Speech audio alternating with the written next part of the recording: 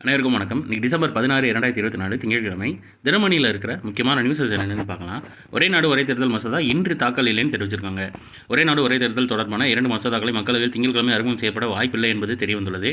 நிதி மசோதாக்கள் தாக்கலுக்கு பிறகே இந்த மசோதாக்கள் அறிமுகம் செய்யப்பட உள்ளது. மக்களவை, மாநிலங்கள் மற்றும் யூனியன் பிரதேசங்கள் பேரவைகளுக்கு ஒரே நேரத்தில் தேர்தல் நடத்தும் நடைமுறையை அமல்படுத்த மத்திய பாஜக அரசு திட்டமிட்டுள்ளது. இதற்கான 2 மசோதாக்களை நாடாளுமன்றத்தில் அறிமுகம் செய்ய முடிவு செய்து அதற்கு கடந்த வியாழக்கிழமை நடைபெற்ற மத்திய அமைச்சரவை கூட்டத்தில் ஒப்புதல் அளிக்கப்பட்டதுன்னு தெரிவிச்சிருக்காங்க. அடுத்ததா இன்னைக்கான திருக்குறள் என்னன்றதை பார்ப்போம். உள்ளுவதெல்லாம் உயர்வுள்ளல் மற்றது தள்ளினும் தள்ளாமே நீர்த்து எண்ணுவதெல்லாம் உயர்வை பற்றி எண்ண வேண்டும், அவ்வுயர்வு கைகூடாவிட்டாலும் அவ்வாறு எண்ணுவதை விடக்கூடாதுன்னு ஊக்கமுடைமைன்ற அதிகாரத்தில் திருவள்ளுவர் சொல்லியிருக்காரு. நான் முதல்வன் திட்டம் கூடுதல் வழிகாட்டி ஆசிரியர்களை நியமிக்க அறிவுறுத்தல் தெரிவிச்சிருக்காங்க. நான் முதல்வன் திட்டத்தின் கீழ் 9ஆம் வகுப்பு முதல் +2 வரையிலான மாணவர்களுக்கு கூடுதலாக உயர்கல்வி வழிகாட்டி ஆசிரியர்கள் நியமிக்க வேண்டும் என்று பள்ளிக்கல்வித்துறை தெரிவித்துள்ளதுன்னு தெரிவிச்சிருக்காங்க. தமிழகத்தில் நான் முதல்வன் திட்டத்தின் கீழ் அரசு பள்ளியில் 9 முதல் 12ஆம் வகுப்பு வரை பயிலும் மாணவர்களுக்கு உயர்கல்வி வழிகாட்டி பயிற்சி முகாம் செயல்படுத்தப்பட்டு வருகிறது. ஸ்கீம் பேர் பார்த்துக்கோங்க, எதுக்கு பண்ணுறாங்கன்னு பார்த்துக்கோங்க.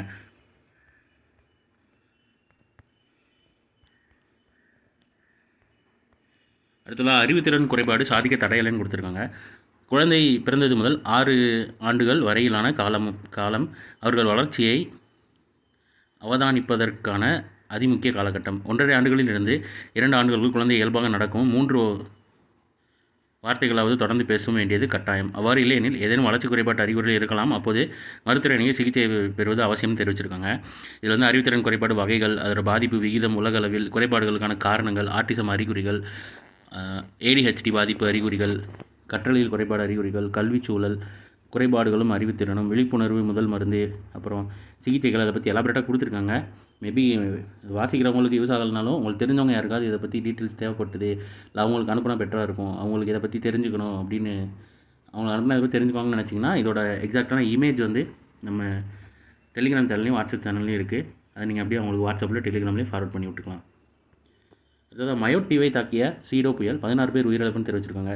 இந்திய பெருங்கடல் பகுதியில் அமைந்துள்ள பிரான்ஸ் பிராந்தியமான மயோட்டில் சீடோ புயலால் ஏற்பட்ட கனமழையில் சிக்கி 14 பேர் உயிரிழந்தனர் தெரிவிச்சிருக்காங்க. கடந்த 90 ஆண்டுகளில் இல்லாத அளவுக்கு கடுமையான சேதங்களை சீடோ புயல் ஏற்படுத்தியதாக அதிகாரிகள் தெரிவித்துள்ளனர் தெரிவிச்சிருக்காங்க. இந்திய பெருங்கடல் இந்தியன் ஓஷனில் நடந்த நிகழ்வு தான், பேர் பார்த்து வச்சுக்கோங்க, சீடோ புயல். ஏன்னா கரண்ட் அஃபேர் இப்போ சிலபஸ் குரூப் 4 குரூப் 2 மாற்றினதுனால எல்லாமே அந்தந்த லெசன்ஸோடு சேர்த்து கரண்ட் அஃபேர்னு கொடுத்துருப்பாங்க. ஸோ நீங்கள் இதை ஜாகிரஃபியாகவும் எடுத்துக்கலாம், இல்லை கரண்ட் அஃபேராகவும் எடுத்துக்கலாம், இல்லை சயின்ஸ் ரிலேட்டடான கரண்ட் அஃபேராகவும் எடுத்துக்கலாம், அந்த புயல் சம்மந்தமானதுன்ட்டு. ஸோ இதுக்கடுத்து எந்த கரண்ட் அஃபேரை மிஸ் பண்ணாமல் பார்த்துக்கோங்க. ஸோ நீங்கள் இம்பார்ட்டன்ட் நியூஸஸ் அவ்வளோதான். இதோட ஷார்ட்டட் வெர்ஷன் தான் 1 மினிட் கரண்ட் அஃபேர் நம்ம சேனல் இருக்குது. வேணுங்கிறவங்க அதை யூட்டிலைஸ் பண்ணிக்கோங்க. மேலும் இன்னொரு நியூஸில் சந்திப்போம். தேங்க்யூ.